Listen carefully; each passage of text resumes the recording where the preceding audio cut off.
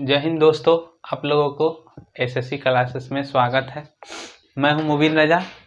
आज हम लोग लेकर आए हैं स्वतंत्रता का अधिकार अनुच्छेद 19 से 22। तो पहले अगर आप नहीं देखे होंगे तो प्ले लिस्ट में जाकर के देख सकते हैं। क्या है कि पहले पूरा पढ़ा चुके हैं। इससे पहले क्या है कि मौलिक अधिकार अनुच्छेद 12 से 18 तक के आर्टिकल। अब देखे थे कि अति मौलिक अधिकार में क्या था, 6 तरह के अधिकार। तो पहले देख लिए थे 14 से 18 तक के समानता का अधिकार। अब उसी में आगे हम लोग देखेंगे कौन सा, तो स्वतंत्रता का अधिकार अनुच्छेद 19 से 22। तो अब देखिए इसमें जो अधिकार आज देखेंगे तो ये क्या है, जो मौलिक अधिकार है हमारा फंडामेंटल राइट्स है, वो सरकार के विरुद्ध, मतलब क्या है, सरकार के विरुद्ध हमें स्वतंत्रता के लिए क्या मजबूती प्रदान करती है और सरकार को कमजोर करती है। मतलब कि अगर आपका फंडामेंटल मौलिक अधिकार का हनन होता है तो आप डायरेक्ट कहाँ जा सकते हैं, न्यायालय जा सकते हैं, सुप्रीम कोर्ट आप जा सकते हैं, क्या है, अपने अधिकार की मांगों के लिए। तो यही स्वतंत्रता का अधिकार अनुच्छेद 19 से 22 के स्वरूप को देख लिया जाए तो स्वतंत्रता के अधिकार भी क्या है, 6 तरह की अधिकारें हैं। और क्या थी, पहले 7 तरह की अधिकारें थी जो पहले था। अब यहाँ पे कंफ्यूज नहीं होइएगा कि मौलिक अधिकार भी हम पढ़ा दिए थे कि 6 तरह की है, मौलिक अधिकार भी देखे थे, या मूल अधिकार भी क्या है आपकी कि 6 तरह की है मौलिक अधिकार भी। और मौलिक अधिकार भी, और इसी तरह मौलिक अधिकार 6 तरह की है। अब मौलिक अधिकार में हमारा स्वतंत्रता का अधिकार कितना तरह का है, 6 तरह का है। तो स्वतंत्रता का अधिकार को अगर आप देख ले तो स्वतंत्रता का अधिकार आर्टिकल क्या है 19 से 22 में दी गई है स्वतंत्रता के अधिकार। ये 1922 में अगर आप देखिएगा तो पहले स्वतंत्रता का अधिकार 6 अधिकारों की रक्षा करती है अनुच्छेद 19। तो अनुच्छेद 19 में देखेंगे मुख्य रूप से A B C D E F और कौन सा G। तो अब देख लीजिए जो 6 तरह की स्वतंत्रता का अधिकारें दी गई है, स्वतंत्रता का अधिकारें जो है मुख्य रूप से ये क्या है, वाक्य एवं अभिव्यक्ति की स्वतंत्रता पहला। दूसरा है कि जैसे एक में दिया 6 देखेंगे ऐसे, तो ए वाक्य एवं अभिव्यक्ति की स्वतंत्रता। दूसरा आप देखिएगा तो शांतिपूर्वक और निरायुध सम्मेलन का अधिकार। सी में है संगम संघ एवं या सहकारी समितियां बनाने का अधिकार। डी में भारत के राज्य क्षेत्र में सर्वत्र आबाद संचरण का अधिकार। उसके बाद भारत के किसी भी भाग में निर्बाध घूमने और बस जाने का अधिकार या निवास करने का अधिकार। अब एफ में था संपत्ति का अधिकार, जो क्या कर दिए, तो जैसे वहां भी देखे थे फंडामेंटल राइट्स में कि क्या हुआ कि मौलिक अधिकार में भी कि पहले पीछे देख चुके कि संपत्ति का अधिकार को हटा दिया गया था। तो यही संपत्ति, अब उसमें 6 है तो इसमें भी आएगा, फंडामेंटल मौलिक अधिकार का ही पार्ट है। तो यही मौलिक अधिकार के पार्ट में आपका क्या हो गया, संपत्ति को अधिकार को हटा दिया गया और कानूनी अधिकार कर दी गई। संपत्ति का अधिकार मतलब क्या है, 44वां संविधान संशोधन 1976, 44वां संविधान संशोधन 1976 में आपको क्या कर दी गई कि 44वां संविधान संशोधन 1978 में क्या कर दी गई कि ये आपको हटा दिया गया, इसको संपत्ति का अधिकार को। और यही संपत्ति के अधिकार को किसमें कर दी, कानूनी अधिकार अनुच्छेद 300 के को जो पीछे पढ़ा दिए होंगे। तो क्या है 44वां संविधान संशोधन 1978 में संपत्ति को हटा दी। क्या है कि संपत्ति अगर, कहने का मतलब सिंपल समझ लीजिए कि संपत्ति अगर आपका है, मौलिक अधिकार है, अब मौलिक अधिकार है तो सरकार को अगर ये प्रावधान आ गया क्या है कि सरकार को कोई निजी कार्यालय, जैसे कि सरकार को क्या है कि कोई सरकारी कार्य के लिए, मतलब परमाणु परीक्षण के लिए जमीन मिल गई भूमि, या अंतरिक्ष केंद्र खोलना है, या वहीं से रेलवे पास करना है। अगर मान लीजिए कि रेलवे पास करनी है और ट्रैक को हम पास कर रहे हैं, तो ट्रैक एक पीछे से सामने पास हो रही है, आगे किसी निजी व्यक्ति की जमीन पर जाएगा, वो कहा कि नहीं हम जमीन नहीं देंगे, तो अब रेलवे को मोड़ के ले जाएगा साइड से, नहीं लिया जा सकता है। तो कहा कि जब उसके बाद 44वां संविधान संशोधन, उसमें मोरारजी देसाई की सरकार थी, तो मोरारजी देसाई के द्वारा क्या कर दी गई, ये हटा दी गई। तो उस समय में मोरारजी देसाई की सरकार हो, इंदिरा गांधी की सरकार हो, या अभी नरेंद्र मोदी जी का सरकार हो, जब वो न्यायालय के पास जाएंगे तो न्यायालय डायरेक्ट क्या कहेंगे कि ये तो मौलिक अधिकार है। अब मौलिक अधिकार क्या है, व्यक्ति की अधिकार है, तो हम इसको क्या करें, भूमि को कुछ कर ही नहीं सकते हैं, संपत्ति को। तो इसीलिए कहा गया क्या कि अब जो आपका संपत्ति भूमि है वो क्या हो जाएगी, कानूनी अधिकार होगा, मौलिक अधिकार नहीं। तो इसीलिए इसको हटा करके अनुच्छेद 300 के कॉम में कर दिया गया 44वां संविधान संशोधन 1978। संपत्ति आपका क्या हो गया, अब हो गया कानूनी अधिकार। उसी तरह अब क्या है, जी में देखेंगे, कोई भी वृत्ति, व्यापार या कारोबार करने का अधिकार, मतलब कहीं भी आप व्यापार व्यवसाय करने के लिए जा सकते हैं। तो यही आपका 6 तरह के अधिकार हो गई। एफ खत्म हो गया। अनुच्छेद 19 के ए में A B C D E F को खत्म कर दी गई और जी। तो अब सबसे पहले बात आप देखिए, अनुच्छेद 19 के ए, वाक्य एवं अभिव्यक्ति की स्वतंत्रता। अब वाक्य एवं अभिव्यक्ति होती क्या है, तो वाक्य एवं अभिव्यक्ति की स्वतंत्रता देख लिया जाए तो क्या है कि वाक्य एवं अभिव्यक्ति मतलब व्यक्ति को कहीं भी क्या है, स्वतंत्रता है, क्या, उसको बोलने की स्वतंत्रता, अपनी अभिव्यक्त को, व्यक्ति का अभिव्यक्त करने या बोलने की स्वतंत्रता है। तो अभिव्यक्ति दर्शाने के लिए उसमें क्या होता है, यही अनुच्छेद 19 के ए के तहत आपकी प्रेस की स्वतंत्रता का भी अधिकार है। प्रेस के द्वारा कहीं भी बोलने की स्वतंत्रता का अधिकार है। तो यही प्रेस की स्वतंत्रता है। तो यही बोलने का अधिकार को गलत यूज भी करता है, क्या है, तो जैसे देख लीजिए भोजपुरी गाना होता है, तो भोजपुरी, इसमें सरकार को थोड़ा लगाना भी चाहिए प्रतिबंध की मौलिक अधिकार है। तो भोजपुरी गाना में क्या रहता है, अभिव्यक्ति है, बोलने की स्वतंत्रता है। अब देखिए कि जो गाना होता है, सॉन्ग, वो क्या होता है, नायक नायिका के लिए, नायक है वो नायिका के लिए गाती है, या नायिका नायक के लिए गाते हैं। अब भोजपुरी वाला में देखिए तो वो गाना गाया क्या, तुम्हारा लंगा उठा देंगे रिमोट से। अब बताइए भाई कि ये क्या है कि एक मानसिकता गलत दिखा रहा है, मानसिकता को एक मुख्य रूप से गलत प्रभाव समाज पे पड़ रही है कि अभद्र या अभद्र शब्द का प्रयोग किया जा रहा है एक नारी के प्रति। तो यही ऊपर से गाना रहेगा तो नायक नायिका के लिए रहता है, इसमें रहेगा भाभी, साली, देवर के लिए गाना होता है भोजपुरी में। तो इसको भी क्या करना चाहिए, यही अभिव्यक्ति की स्वतंत्रता है। तो उसमें क्या होते हैं कि ये उस तरह से गाने, तो ये क्या होते हैं, असभ्य और गलत अभद्र मानसिकता को दिखाती है। लेकिन भोजपुरी में क्या है, मीठा शब्द है भोजपुरी, लेकिन उसको गलत प्रयोग किया जाता है। अब इसी स्वरूप में आगे देख लेंगे, अभिव्यक्ति दर्शाने के लिए तो मत देने का अधिकार, जो हमारा मत देने का अधिकार है, यही आर्टिकल क्या है, अनुच्छेद 19 के ए के तहत कि हमारी स्वतंत्र, हम जिसको चाहे उसको मत दे सकते हैं। विचारों को प्रसारित, मतलब कि हमारे जो विचार है उसको हम प्रसारित कर सकते हैं, किसी के विरोध या कहीं बोल सकते। प्रेस की स्वतंत्रता इसी में दी गई है। उसके बाद व्यावसायिक विज्ञापन, जो ऐड होता है वो व्यावसायिक विज्ञापन भी क्या है, अनुच्छेद 19 के तहत ही हमारा अधिकार देती है। फोन टाइपिंग मतलब क्या है कि अगर आप बात कर रहे हैं तो आपका निजी मामला है, फोन टाइपिंग का अधिकार। तो क्या हो गया कि यही फोन टाइपिंग मतलब क्या है कि आपका फोन का कोई, अब आप कहिए कि क्या आप बात कर रहे हैं तो कितना प्राइवेसी, क्या क्या बातें करते हैं, और पूरी बातों को सुन ले तो आपकी प्राइवेसी पूरी खत्म हो जाएगी कि नहीं।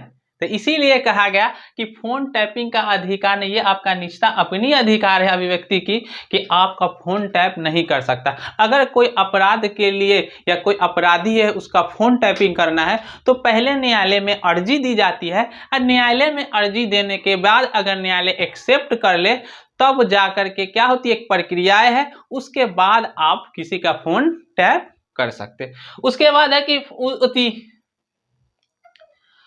बाद है कि भ्रांति का अधिकार मुख्य रूप से। उसके बाद आ गया प्रदर्शन एवं विरोध, मतलब क्या है कि किसी भी अपनी मांगों के लिए आप क्या कर सकते हैं, प्रदर्शन कर सकते हैं। प्रदर्शन या विरोध का अधिकार आपको दे दिया गया। प्रदर्शन और विरोध मतलब क्या है कि प्रदर्शन और विरोध का अधिकार है कि आप किसी भी चीज से असहमत है, अलग रहा कि असंवैधानिक है, तो आप सरकार के खिलाफ आप क्या कर सकते हैं, विरोध कर सकते हैं या प्रदर्शन कर सकते हैं, लेकिन हड़ताल नहीं कर सकते। उसके बाद आ गया कि मौखिक, अब 3 तरह से होती है जो ये अधिकार, मुख्य रूप से मिली हुई, एक मौखिक रूप से बोल के कि आपके बोलने की स्वतंत्रता। दूसरा बात है इसी अनुच्छेद 19 के ए में लिखित स्वतंत्रता आपको दी गई है कि लिख के मतलब पेपर जो लिखी जाती है तो पेपर पर भी वही है स्वतंत्रता, क्या है कि उसमें कोई प्रतिबंध नहीं लगाया जा सकता है। उसके बाद छिपे हुए मामलों, वही छिपे हुए मामला में हो गया कि निजता का अधिकार, आपको निजी व्यक्तित्व से क्या कर सकता है, उसको सार्वजनिक नहीं की जा सकती है। यही तरह से था। अब जो ये अधिकार दे दी गई है, मत देने का, विचार को प्रसारित प्रेस करने की स्वतंत्रता, व्यवसाय विज्ञापन या फोन टैपिंग का अधिकार, तो इसमें समझ लीजिएगा क्या है कि ये जो अधिकारें है इस पे प्रतिबंध भी है, उचित प्रतिबंध। मतलब जो अधिकारें दी गई है, अगर ये अधिकारें क्या कर रहा हो, भारत की एकता और संप्रभुता को खतरा हो, मतलब भारत की एकता, मतलब भारत जानते हैं कि ये जो हमारे भारत है ये विभिन्नताओं में पूरी बटी हुई है, विभिन्नताओं में पूरा भारत बटी हुई है। जान है इसमें कि इसकी भौगोलिक सीमाएं सबकी अलग है, अलग अलग है। उसके बाद भाषा अलग है, संस्कृति अलग है। तो अगर एकता और संप्रभुता पर खतरा आ जाए तो आपकी स्वतंत्रता क्या कर सकती है, वंचित की जा सकती है, जो अनुच्छेद 19A में है। उसके बाद राज्य की सुरक्षा से संबंधित हो तब भी आपकी स्वतंत्रता वंचित की जा सकती है, या विदेशी राज्यों से मित्रवत संबंध हो, मतलब क्या हो गया कि आप पाकिस्तान से मुख्य रूप से क्या हो रही, हमारी दुश्मनी चल रही है, अब पाकिस्तान से आप क्या कर रहे हैं, मित्रवत संबंध आप रख रहे हैं, मित्रता की संबंध, तो आपको क्या कर दी जाएगी, जो आपका अनुच्छेद 19 के तहत स्वतंत्रता का अधिकार है उसे वंचित कर दी जाएगी। उसके बाद सार्वजनिक आदेश के लिए प्रतिबंध, नैतिकता की स्थापना, मतलब नैतिक मूल्य को मुख्य रूप से। उसके बाद न्यायालय की अवमानना, मतलब न्यायालय की अवमानना कर रहे हैं, न्यायालय की बातें नहीं मान रहे, तो उस रूप में भी आपकी क्या हो जाएगी, स्वतंत्रता छीन ली जाएगी। उसके बाद किसी अपराध में संलिप्त आदि, मतलब किसी भी अपराध में आप संलिप्त है अपराध के लिए, तो उस स्वरूप में भी आपको क्या लगा दी जाएगी, उचित प्रतिबंध लगा दिया जाएगा। अब इसी रूप में देख लेंगे कि अनुच्छेद 19 के ए देख लिए, वाक्य एवं अभिव्यक्ति की स्वतंत्रता। दूसरा में शांति और निरायुध सम्मेलन का अधिकार, दूसरा वाला में क्या दे दिया गया है कि शांति और सम्मेलन, मतलब शांति पूर्वक सम्मेलन और स्वतंत्रता का अधिकार। मतलब क्या है कि शांति पूर्वक सम्मेलन आप सभाएं कर सकते हैं, लेकिन आपको क्या है, बिना हथियार के संबंधित। अब कह रहा है कि आप कहीं पे शांति पूर्वक सम्मेलन की आपकी स्वतंत्रता देते हैं कि शांति रूप से, जैसे कैसे गांधी जी अनशन पे, आमरण अनशन पे बैठ जाते थे, आप आमरण अनशन पे रह के शांति पूर्वक आप कोई मांग सकते हैं, लेकिन बिना हथियार, उसमें हथियार की कोई आवश्यकता नहीं हो। और उसमें क्या है क्राइटेरिया, मुख्य रूप से कि भारत की राज्य की एकता, संप्रभुता, राज्य की सुरक्षा, विदेशी राज्यों से मित्रता संबंध, सार्वजनिक आदेश, ये जो दी गई है इसमें से कोई क्या कर रहा हो, हस्तक्षेप नहीं कर रहा हो, तो ये इस पे प्रतिबंध नहीं लगेगा। ये है अनुच्छेद 19 के भी। अनुच्छेद 19 के 1 के सी में दिया गया है, आप देखिएगा अनुच्छेद 19 के 1 के सी में देख लीजिए, तो क्या है, संगम या संघ बनाने का अधिकार। क्या दे दी गई आपको, संगम या संघ बनाने के अधिकार। मतलब क्या है कि कहीं भी आप संघ बना सकते हैं, क्या है, संगम या संघ के लिए आपको अधिकार दे दी गई है, मुख्य रूप से संगम या सहकारी समिति बनाने का अधिकार। कहीं भी आप सहकारी समिति, संस्था, ये सब बना सकते हैं। क्या है कि राजनीतिक दल, संगम या संघ में भी आते हैं जो राजनीतिक दल है जो चुनाव के लिए, वो बना सकते हैं। कंपनी की स्थापना की जा सकती है। उसके बाद साझा फर्म बनाई जा सकती है, या संगठन बनाया जा सकता है, जो संगठन बहुत सारे चलते हैं। तो ये क्या है, यही अनुच्छेद 19 के सी के साथ है कि संगम या संघ बनाने का अधिकार है। उसके बाद है अनुच्छेद या ये अधिकार जो दी गई है, इसको भी उचित प्रतिबंध को छोड़ के भारत की एकता, संप्रभुता, राज्य की सुरक्षा, विदेशी राज्यों से मित्रता और संबंध, इसको हस्तक्षेप नहीं कर रहा। मतलब कोई संगठन बन गया, वो संगठन क्या है, अधिराज्य को तोड़ने के काम कर रहा है, मतलब कि देश को तोड़ने की खतरा है, एकता और संप्रभुता की खतरा हो। क्या है, कोई संगठन देश विरोधी कार्य कर, जैसे बहुत सारा संगठन पर बैन लगता है ना, तो वही देश विरोधी अगर कार्य कर रही हो, या नैतिकता की स्थापना का विरोध कर, या न्यायालय की अवमानना कर रही हो, तो ऐसी स्थिति में ये स्वतंत्रता क्या हो जाएगी, छीन ली जाएगी, संगम या संघ बनाने का अधिकार। उसके बाद है अनुच्छेद 19 के 1 का डी आर्टिकल, इसमें है आवाज संचरण की स्वतंत्रता। आवाज और संचरण की स्वतंत्रता है कि क्या है कि आप कहीं भी जा आ सकते हैं, संचरण की अधिकार है आपका कि देश के पूरे भारत में आप कहीं भी जा सकते हैं, कहीं भी रह सकते हैं। ये क्या है? आवाज संचरण की स्वतंत्रता का अधिकार में दिया गया है। और उसके बाद है अनुच्छेद आने जाने का मतलब क्या है कि बिहार वाला अब महाराष्ट्र में न चले गया, महाराष्ट्र वाला गुजरात, गुजरात में तमिल, मतलब भारत के कहीं भी आ जा सकते हैं, उसका अधिकार आपको दिया गया। अब सेकेंड वाला है अनुच्छेद 19 के ई। अब ऐसा ना हो जाए कि यही होता है ना कि मराठी में जा रहा है तो मराठी को मराठी मार रहा है, बिहारी कह के, अगर तमिल के क्षेत्र में जा रहा है तो तमिल। तो यही हमारा अधिकार देता है कि एकता संप्रभुता ऐसी बनाई क्यों गई, क्योंकि सभी को एकत्रित और एक सम्मिलित रखने के लिए क्या हो कि कोई अभिव्यक्ति की स्वतंत्रता पे आंच नहीं। आप पूरा भारत एक संघ एकत्रित, पहले पढ़ा दिए थे कि आर्टिकल क्या है 1 से 4 में, तो उसमें बता दिया कि भारत में क्या है, एकल का प्रावधान दी गई है, किसी भी राज्य को भारत से अलग होने का अधिकार नहीं है। क्या है हमारा भारत? संघ है, यूनियन है, यही इसमें देखे थे। तो अब इसी स्वरूप में अनुच्छेद 19 के 1 के ई में देख लीजिएगा तो निवास का अधिकार। निवास का अधिकार के कहने का मतलब है कि भारत के कहीं भी आप जा करके क्या हो सकते हैं, रह सकते हैं। अब बिहार का है तो दिल्ली जाके रह सकते हैं, गुजरात जाके रह सकते हैं, तमिल में तमिल दक्षिण के क्षेत्र में जाके रह सकते हैं, पूर्वी के क्षेत्र में जाके रह सकते हैं। लेकिन इसमें कुछ क्राइटेरिया लग दी गई है कि अनुच्छेद 19 ई के तहत कि निवास में कहीं, अब एक था पहले कि अनुच्छेद 370 जम्मू कश्मीर में नहीं, तो अब अनुच्छेद 370 क्या हो गए, जम्मू कश्मीर को भी हटा दी गई है, आर्टिकल 370 खत्म कर दिया गया है 35 से। तो अब क्या होगा कि कहीं भी हम क्या कर सकते हैं, जाकर के निवास के मुख्य रूप से रह सकते हैं भारत के कहीं भी क्षेत्र में। लेकिन इसमें कुछ प्रावधान है कि कहीं किस रूप में, तो सांस्कृतिक के रूप में। क्या किस रूप में? सांस्कृतिक, मतलब कहने का मतलब है कि सांस्कृतिक रूप से, मतलब कहीं पूर्वी क्षेत्र है तो पूर्वी क्षेत्र में हम जान रहे थे कि जो पूर्वी क्षेत्र है मिजोरम, मणिपुर, त्रिपुरा, मेघालय, ये सब इस क्षेत्र की ओर, तो ये सब क्षेत्र में क्या है कि इसमें अनुबंध बाद में मिला था, तो इसमें कुछ मुख्य रूप से राज्य में क्या है, विशेष राज्य की दर्जा दी गई है।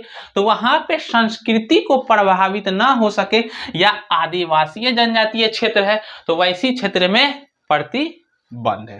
बाकी आप कहीं भी निवास कर सकते हैं, लेकिन क्या हो, इस जो क्राइटेरिया है इसको क्या हो, नैतिकता की स्थापना, न्यायालय के माना, किसी अपराध में संलिप्त, तो इस सब रूप में आपको रोक लगाई जा सकती है। उसके बाद अनुच्छेद 19 के 1 के जी, व्यवसाय आदि की स्वतंत्रता। अनुच्छेद 19 के आदि के ये विस्तृत पूर्वक है।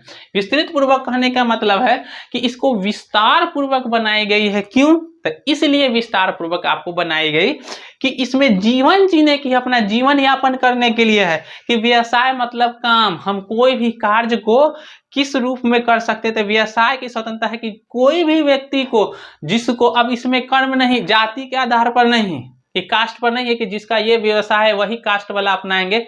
जो अब जिनका जो स्वतंत्रता है, जो व्यवसाय चाहे वो व्यवसाय को अपना सकते हैं। भारत के कहीं भी, मतलब भारत में कहीं भी जा करके आप क्या कर सकते हैं, अपना व्यवसाय चालू कर सकते हैं। उस पर क्या हो जाएगा, कोई प्रतिबंध नहीं लगाई जाएगी। लेकिन इसमें सरकार द्वारा क्राइटेरिया रख दी गई है कि कुछ व्यवसाय है जो स्किल के स्वरूप में, मतलब कि डिग्री होती है ना, कि जैसे कि आप क्या डॉक्टर बन रहे थे, डॉक्टर स्वास्थ्य के क्षेत्र में, तो डॉक्टर के लिए क्या होना चाहिए, स्किल होनी चाहिए। शिक्षा बन रहे थे, शिक्षक आप क्या है कि डायरेक्ट आप शिक्षक नहीं, उसके लिए क्या होता है कि स्किल होती है। तो वही कहा कि इसमें जो कुछ ऐसी काम है व्यवसाय अपनाने के लिए, जिसमें सरकार क्या होती है कि उसकी स्किल को देखता है। तो यही अनुच्छेद 19 के जी में है कि व्यवसाय आदि की स्वतंत्रता क्या हो सकते हैं, कहीं भी हम जा करके, कोई व्यक्ति भारत के किसी भी जगह पे वो अपना व्यवसाय आरंभ कर सकते हैं। यही आपका मुख्य रूप से क्या हो गया, स्वतंत्रता के अधिकार के अनुच्छेद 19 के ए में 6 तरह की स्वतंत्रता को आप देख लिए। अब देखेंगे अनुच्छेद 20। अब अनुच्छेद 20 में देखेंगे, स्वतंत्रता के अधिकार में देख लिए अनुच्छेद 19। 20 में देखिए, 20 में क्या है, अपराध के लिए दोषी सिद्धि के संबंध में संरक्षण। दोषी सिद्धि के संबंध में संरक्षण कहने का मतलब आपका हो गया कि क्या है कि अनुच्छेद 20 में कह रहा है अपराध के लिए दोष सिद्धि संबंध में संरक्षण।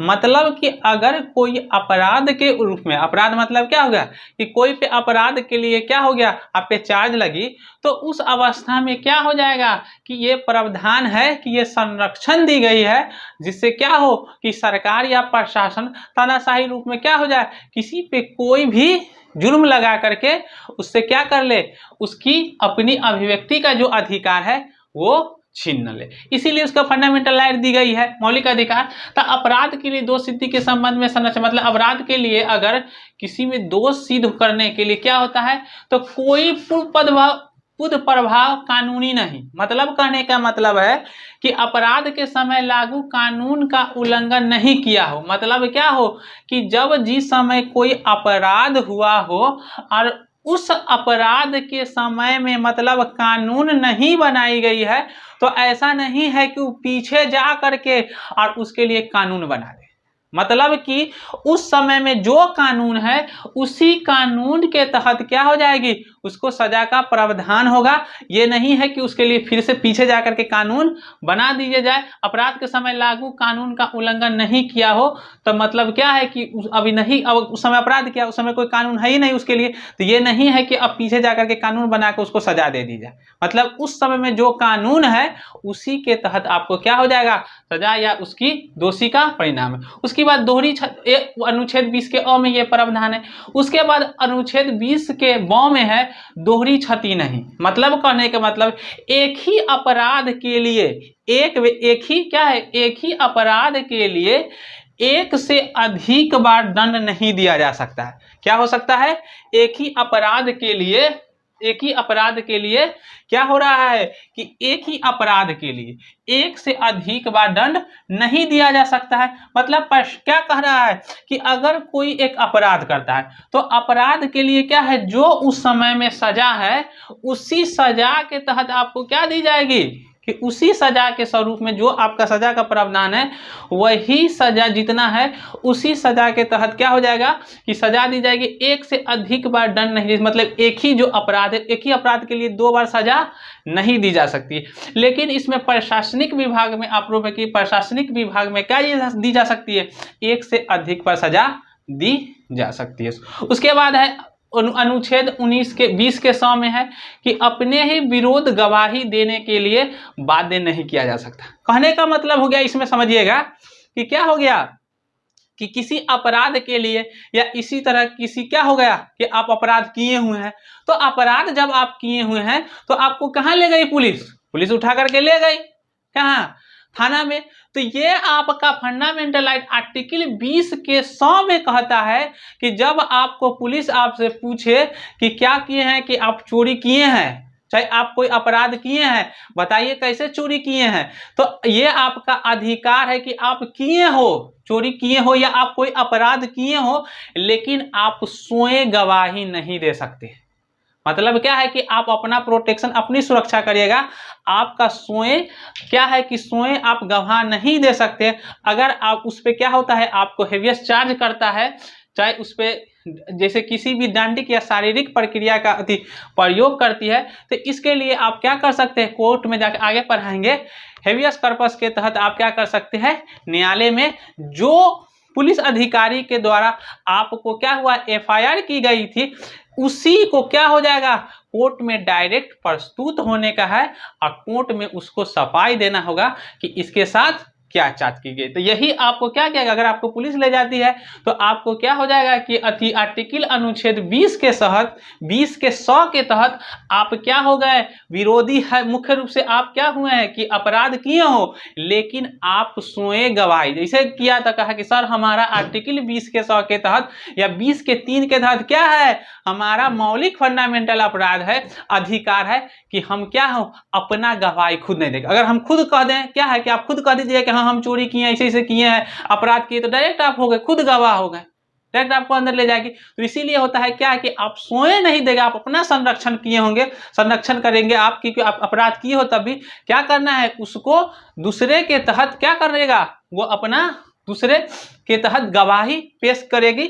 आप स्वयं क्या है, आपको ये अनुच्छेद 20 के तहत ये अधिकार देता है कि आप अपने विरोध गवाही नहीं दे सकते। क्या हो कि यही आपका है कि आर्टिकल 20 के तहत अगर कुछ भी पूछे तो आप चुपचाप शांति, मौन का भी अधिकार है आप कि आप हाँ ना कुछ में जवाब, मतलब कहा कि चोरी किए हैं तो हाँ ना कहिएगा, हाँ ना कहाँ किए हैं चोरी, तो आपको हाँ यहाँ नहीं किए यहाँ, तो हाँ ना मतलब कि आप मौन रख सकते हैं, इसके प्रश्न में कोई उत्तर भी आप नहीं दे सकते। ये अधिकार है क्या है पुलिस के तहत। लेकिन पुलिस क्या करती है, इलीगल पकड़ के फिर देती है कि नहीं हो किया है तो बता।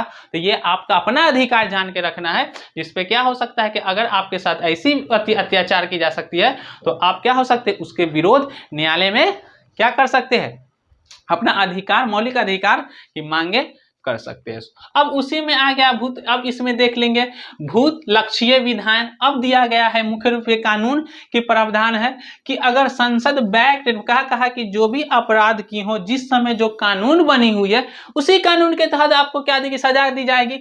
लेकिन संसद बैक डेट में भी कहा ना कि पीछे जाके कानून नहीं बना सकती है, तो संसद बैक डेट में भी पीछे जाके कानून बना सकती है, लेकिन कौन से मामले में, दीवानी मामले में, मतलब कि फौजीदारी मामले में नहीं बना सकते। फौजीदारी मामले में जिस समय में जो अपराध हुआ, जो प्रावधान है उसी के तहत सजा मिलेगी, लेकिन दीवानी मामले में पीछे जाकर क्या हो सकती है, बना सकती है। तो यही फौजीदारी मामले में नहीं, दीवानी मामले में। तो अब समझ लीजिएगा कि जो ऐसे तो पीछे पढ़ाए हुए हैं, तो फौजीदारी मामले होता क्या है, तो फौजीदारी मामला मतलब व्यक्ति से संबंधित, मतलब क्या है, कोई व्यक्ति से संबंधित अपराध है, मतलब कि क्या है, शारीरिक या कोई शारीरिक या व्यक्तिगत है। और दीवानी मामले मतलब होता है संपत्ति से संबंधित, संपत्ति भूमि विवाद है, इसको कहा जाता है दीवानी मामला। तो अब इतना हम देख लिए हैं स्वतंत्रता का अधिकार अनुच्छेद 19 से 22 तक के। तो आज देख लिए हम लोग क्या, अनुच्छेद 19 और अनुच्छेद 20 में आप देख लिए। अनुच्छेद 19 में 6 तरह की स्वतंत्रता देख लिए, 20 में आप देख लिए क्या है कि मुख्य रूप से अपराध के लिए दोष सिद्धि के संबंध में संरक्षण। अब अनुच्छेद 21 और 22 में देखेंगे, क्योंकि 21 और 22 क्या है, विस्तार है अभिव्यक्ति का अधिकार। तो अब उसमें देखेंगे किस तरह से संरक्षण आपको क्या देती है, 22 अधिकार देगा। सो पूरा अगले वीडियो में कल। अब क्या है कि आपका रेगुलर वीडियो रोज अपलोड होगा, इस पे संविधान से फिर किसी व्यक्तित्व से संबंधित है उसका हिस्ट्री का। अगर आप लोग एसएससी क्लासेस को सब्सक्राइब नहीं किए हो तो सब्सक्राइब कर दे, और नोटिफिकेशन पाने के लिए क्या करें, बेल आइकन को दबा ले। वीडियो देखने के लिए धन्यवाद। जय हिंद दोस्तों।